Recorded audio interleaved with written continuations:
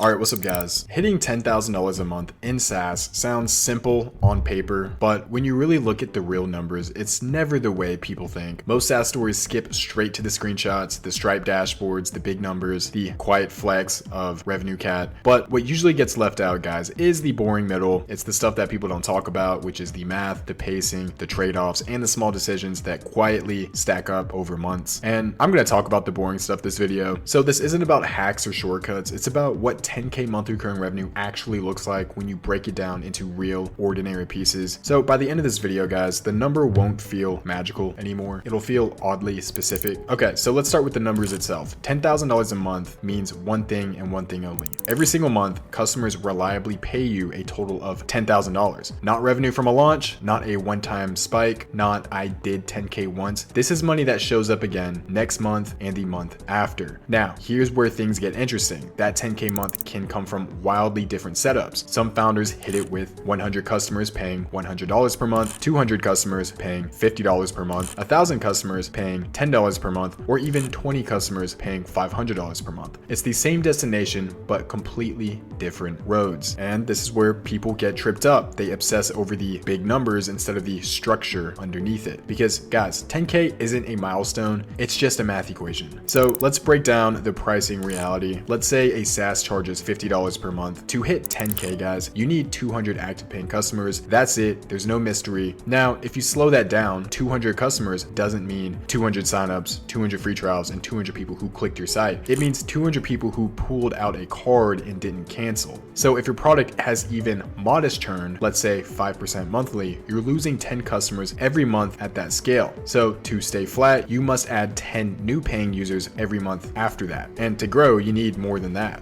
This is when the numbers and the reality starts to feel heavier, guys, because 10K MRR isn't about getting there, it's about staying there. And this is what the early months usually look like. Month 1, maybe 3 customers, revenue barely covers coffee. Month 2, 7 customers, a small win, but nothing flashy. Month 3, 15 customers, doubt starts creeping in. And month 4, 25 customers, and still not real money. Month 5, 40 customers, something starts clicking. And month 6, you have 60 customers, and the graph finally bends upwards. This part doesn't go viral. There's no screenshot worth sharing, but this is where most of the work actually happens, which is fixing onboarding, rewriting copy, answering support tickets at weird hours, realizing what people are confused about, and quietly removing friction. No one sees that part. They just see the number later. So I also want to touch on the traffic for a second. So if 2% of your visitors convert into paying customers, which is actually decent, then to get 200 customers, guys, you need around 10,000 visitors, not all at once, but just over time. And that can be from Google search, TikTok content, communities on Facebook groups, paid ads with Meta or TikTok, integrations, or word of mouth. So traffic compounds slower than you expect until it doesn't. So the first blog post does nothing.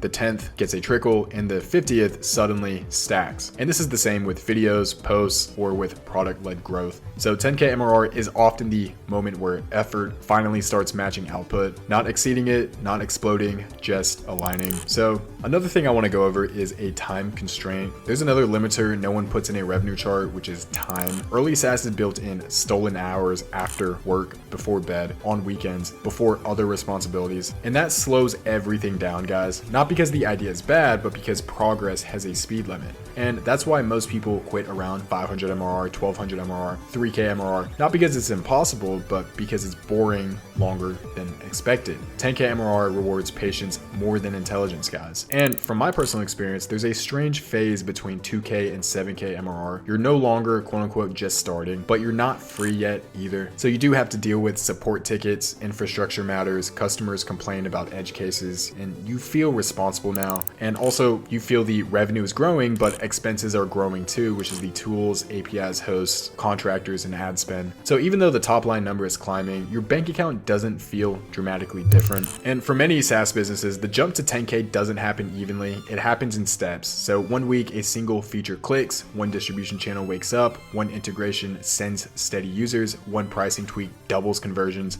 and suddenly 6,800 becomes 7,900, then 8,600, then 9,400, and then one normal Tuesday, it crosses 10K. There's no fireworks, no confetti, just a number quietly changing. And that's the moment people screenshot, but that moment was rented by everything before it. So the honest part, guys, is 10K per month doesn't make you rich. It doesn't remove stress. It doesn't mean you made it. But what it does buy is breathing room, optionality, proof, the proof that strangers will pay for something you built, proof that the system works, and proof that scaling is a question of how, not if. And that's why the number matters, because it's not flashy, but because it changes the conversation in your head. To sum it all up, it's a math problem solved over time. It's small wins stacking, retention doing its job, and distribution slowly waking up, and also patience outlasting the doubt. It's not really mysterious at all. Just thought I'd make this video for you guys. There's a link in description if you are a future SaaS founder, but that's it for today's video. Have a good one. Bye.